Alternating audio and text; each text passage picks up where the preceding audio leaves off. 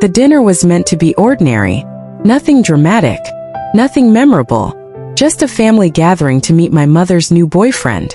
When she called earlier that week, her voice carried a careful excitement, measured and rehearsed, like she had practiced the words before dialing. "He's a colonel," she told me proudly. "Active duty. Very accomplished." I arrived early as always. No uniform. No medals. Just a plain jacket and a habit I never quite shook. Some things don't leave you even after you think they have. He stood the moment I walked in. Tall. Confident. Loud without meaning to be. The kind of man who filled every room simply by believing he belonged there. He gave me a quick glance just long enough to measure, then looked away. Dismissed. We sat down to eat. The conversation revolved around him as expected. Commands he'd held. Troops he'd led. Decisions he'd made that shaped lives far beyond the table. My mother listened with admiration. Others nodded politely. I listened quietly. Eventually, his attention turned to me. "So," he said, cutting into his steak, "what unit are you with?" "I'm not," I replied calmly. A thin smile crossed his face. "Ah," he said knowingly. "Got out early, did you?" "Yes." He leaned back in his chair, clearly enjoying the moment. "Shame," he continued. "Too many young men quit before they're really tested." The table went quiet. I said nothing. He mistook silence for weakness. "You know," he added, his voice firm, "discipline doesn't end when you leave the service. Posture, eye contact, respect. These things matter." He gestured toward me with his fork. "Sit up." My mother froze. I didn't move. "Sir," I said evenly, "this isn't a briefing room." His smile faded. "You don't outrank me here," he said sharply. "Not anywhere."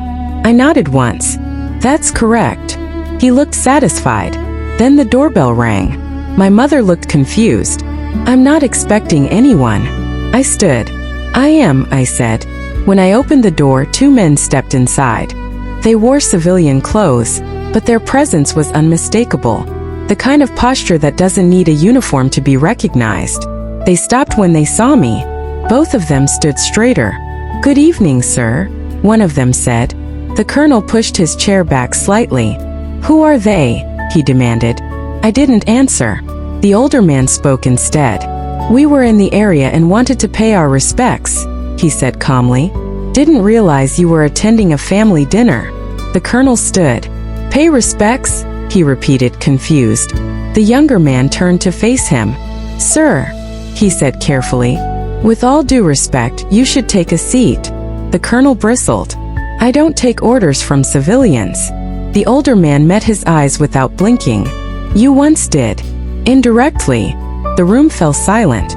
"I served under the operational command he established," the man continued, nodding slightly toward me. "Many of us did.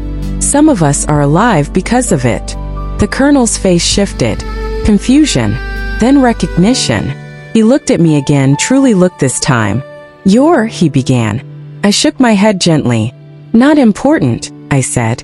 "Dinner is." Slowly, the colonel sat back down. "I wasn't aware," he said quietly. "I know," I replied. "You weren't meant to be." The rest of the evening passed differently. No lectures. No commands. No attempts to dominate the room. Just conversation. Measured. Respectful. Human. When it was time for me to leave, the colonel stood again. But this time, his posture wasn't about authority. "I spoke out of turn," he said. "I apologize." I nodded. "That's enough," I replied. On the drive home, something stayed with me. The military teaches many things early. Rank matters, but context matters more. Authority doesn't need to be announced at the table, and respect isn't taken. It's earned. Sometimes the strongest lesson is delivered without ever raising your voice.